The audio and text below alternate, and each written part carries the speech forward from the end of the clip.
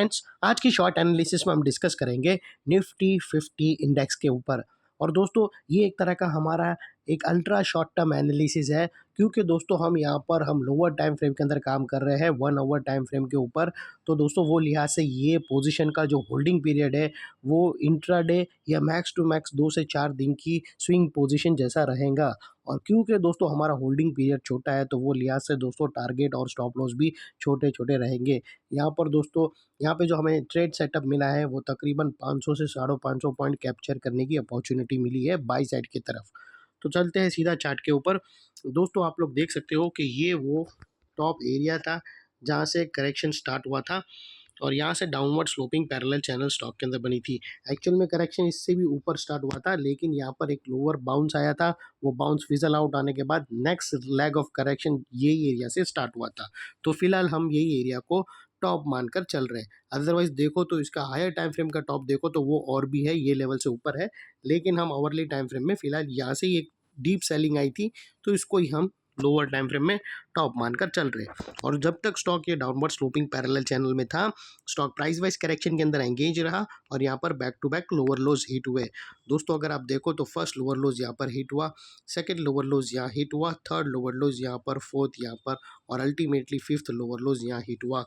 और जैसे ही दोस्तों ये downward sloping parallel channel upside में ब्रेकआउट हुई, इसने मल्टीपल हायर हाइज को ब्रेक करके उसके अबाउ सस्टेन क्लोजिंग देकर कंफर्म कर दिया करेक्शन कंप्लीटेड।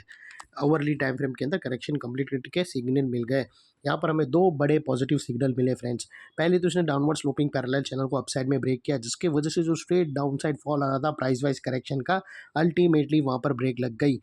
और सेकेंडली, इसके अंदर जो back to back lower lows hit होने की जो चेन बनी हुई थी, उसे तोड़कर उसके अगेंस्ट में फर्स्ट टाइम हायर हाइस रजिस्टर हुआ क्लोजिंग बेसिस पे, जो हमें कंफर्म करता है कि स्टॉक के अंदर बॉटम लग गई है, इंडेक्स के अंदर बॉटम लग गई है, और correction completed. Hourly time frame के अंदर इसका करेक्शन कंप्लीट हो गया और अपसाइड मूव के लिए ये रेडी है। और फाइनली दोस्तों, अभी बात कर लेते हैं डाइवर्शन का। तो दोस्तों, अगर आप RSI डालकर चेक करो या फिर MACD डालकर चेक करो, आपको यहाँ पर क्लियरली पॉजिटिव डाइवर्शन विटनेस होगा। प्राइस एक्शन के जो लोअर लो स्विंग अगर आप देखो तो यहाँ से डाउन साइड की तरफ टिल्ट होते हुए मिले हैं, और वही MACD की ऑसिलेशन देखो तो वो अपसाइड में टिल्ट हुए हैं, और यहाँ से हमें ब्रेकआउट मिला है जो एक अपसाइड मोमेंटम पंप करेगा स्टॉक के अंदर। और अल्टीमेटली दोस्तों, बात कर लेते हैं यहाँ पर चार्ट पैटर्न का।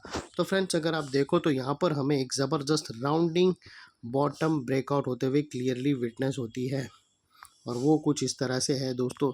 और इसकी जो नेकलाइन है वो तकरीबन 23,800 के आसपास की नेकलाइन निकल कर आती है, जो वेल ब्रेकआउट हो चुकी है। जस्ट अ मोमेंट दोस्तों, ये राउंडिंग बॉटम प्रॉपर बना नहीं है, मैं इसको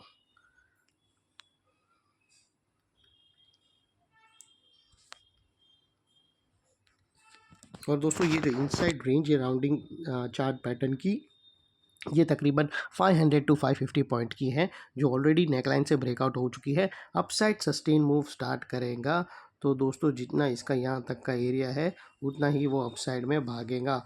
और वो लिहाज से दोस्तों, स्टॉक का जो टारगेट निकल कर आता है वो तकरीबन 24,330 के आसपास का आता है। 24,330 के आसपास का आता है, जो तकरीबन 500 के पॉइंट के आसपास होता है नेकलाइन से। और इसके ऊपर भी अगर सस्टेन मिला तो रैली एक और लेग दे सकती है, जो 24,465 के आसपास भी ले जा सकता है। तो ये दो टारगेट है, आप फर्स्ट टारगेट को ही मानकर चलो। अगर उसके ऊपर सस्टेन क्लोजिंग मिली तो ही आप अनदर पोजीशन कैरी ऑन कर सकते हो, अदरवाइज़ यहाँ पर भी प्रॉफिट बुक कर सकते हो, वो आपके ऊपर है। और दोस्तों, बात कर लेते हैं स्टॉप लॉस की। तो दोस्तों, यहाँ पर आप मल्टीपल ऑप्शन अवेलेबल है। आप ATR की हेल्प ले सकते हो, या फिर फर्स्ट ब्रेकआउट कैंडल के लो के नीचे क्लोजिंग बेसिस पे रख सकते हो। अगर फर्स्ट ब्रेकआउट कैंडल के लो के नीचे क्लोजिंग बेसिस पे रखो तो ये तकरीबन यहाँ पर आएगा, या फिर नियरेस्ट लोअर स्विंग, या फिर ATR की हेल्प ले सकते हो। जो भी स्टॉप लॉस रखो दोस्तों, इतना मेक श्योर करो कि आपका risk to reward ratio at least 1:2 या मिनिमम 1:1.5 रहना चाहिए। यहाँ पर अगर आप देखो तो आपका रिस्क का एरिया दोस्तों इतना रहेगा, और उसके अगेंस्ट में रिवॉर्ड तुम्हारा ये रहेगा। और फाइनली दोस्तों नेकलाइन के पास का ये वाला एरिया बहुत ही इंपॉर्टेंट एरिया बनकर खड़ा है, क्योंकि अगर आप देखो तो मल्टीपल पॉजिटिव फैक्टर्स यहाँ पर एक्शन में आते हुए मिले। दोस्तों यही एरिया पे हमने डाउनवर्ड स्लोपिंग पैरेलल चैनल को अपसाइड में ब्रेकआउट होते हुए मिले। यही एरिया पे लोअर लोज हमें हायर हाइज में शिफ्ट होते हुए मिले। यहाँ पर ही दोस्तों हमें पॉजिटिव क्लियर डाइवर्शन आरएसआई और एमएसीडी के थ्रू मिला, और यहाँ पर ही दोस्तों rounding chart pattern, reversal chart pattern breakout होते हुए मिली।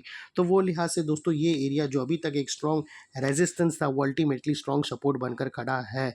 और इतने बड़े स्ट्रॉन्ग सपोर्ट के नीचे क्लोजिंग बेसिस पे आप लोगों का स्टॉप लॉस रहना चाहिए, जो आसानी से हिट ना हो। और बाय एनी चांस अगर क्लोजिंग बेसिस पे हिट हो जाता है तो दोस्तों नो इफ नो बट सीधा स्टॉप लॉस देकर ट्रेड को वाइंड अप कर देना। ये थी हमारी एनालिसिस। अच्छी लगे तो प्लीज़ चैनल को लाइक शेयर सब्सक्राइब ज़रूर करना। अगर आप स्टॉक मार्केट में काम करते हो डायरेक्टली इनडायरेक्टली तो हमारे चैनल को सब्सक्राइब कर लेना, आपके बहुत बहुत काम आएंगी फ्रेंड्स। थैंक यू, जय हिंद।